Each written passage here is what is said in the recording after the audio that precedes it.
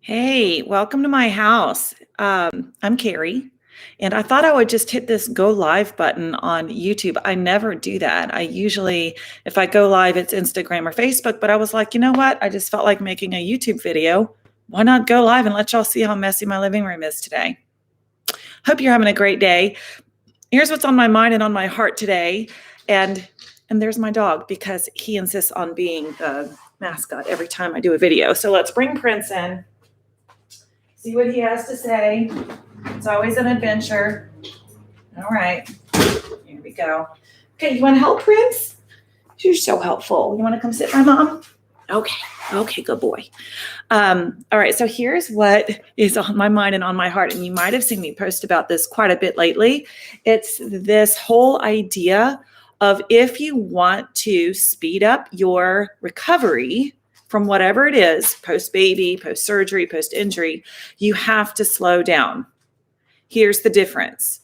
People that take the time to do the things at the beginning of their recovery will then propel their fitness much faster on the other end, and then they can continue to progress.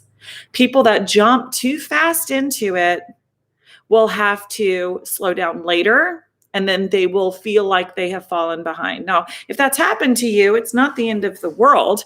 It's time to slow down now, do the things so that then you can propel yourself forward. And this is true in so many mediums. Like if you do any reading on mind, body, spirit, the same is true. Taking the time to slow down and do the things will then give you a quantum leap forward into your fit life, into feeling better, into mental health, into spiritual health, into all the things. So what do I mean by slow down and do the things? When you are first released to exercise by your doctor or your medical professional, or you are recovering from an illness, a lot of you are recovering from an illness and you realize that now you can start, sort of moving again. Doing the things is, for most of my clients, it's a core recovery process. And that would be in my book or in my course or in my classes. And that might mean that your exercise looks like laying on the floor and breathing at first, or functionally moving, or, doing postural assessments and exercises. All of those things really, really matter. And you have to slow down in order to do them. If you jump into something like, say, I want to go back into my boot camp class, or I want to go back into CrossFit or whatever, and you're not taking those precautions and not slowing down to do the things, all of the bones and muscles and organs are not quite ready for that. They're not quite lined up right. And so then you're more likely to set yourself backwards, to hurt yourself, to have to slow down. And then that can also weigh on you mentally, emotionally, because you're trying to do all the things and then you beat yourself up because you can't. And then you're forced to slow down. So as soon as you recognize that there's an issue and that you need to slow down, I'm just encouraging you to take the steps now to do that. If you need help with your recovery, first of all, physical therapists are miracle workers. Find a good physical therapist in your area. Secondly, if your struggle is core related, or even if you're getting back to fitness and you don't really understand the core connection piece of it, I'm going to recommend that you do one of those pieces that I mentioned. There's a book, there's a course, there's a class. Let me know if you need help, or just go to carriefit.com. Very easy. And give yourself grace. Take the time that you need to be emotionally okay.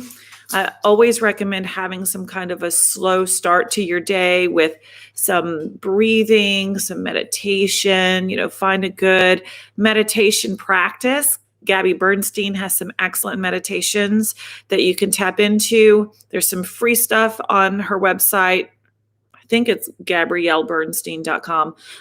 Or she has the 1111 meditations that you can purchase. Chopra app is excellent. The Calm app is excellent. So all of those things matter, because again, if you slow down and do those things, the rest of your day goes better. If you slow down, if you slow your mind and your breathing down at the beginning of the day, it resets you so that the rest of your day goes better, so that you're less likely to get stressed out, so that you're less likely to be so hard on yourself, and so that you're more likely to make good choices.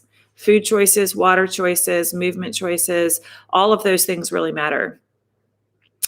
In case you have a trainer, an instructor, or you are one and you haven't checked into the ABC method yet, just in case you don't know, I teach trainers and instructors how to do these things that I teach that help people with their core recovery, with getting back into fitness, sort of that bridge from therapy back into fitness, figuring out how to adjust and adapt exercises so that you can go back to fitness safely. I teach all of those things. And I'm really glad to say that we have a great community of ABC instructors now that are out there in the world teaching the things.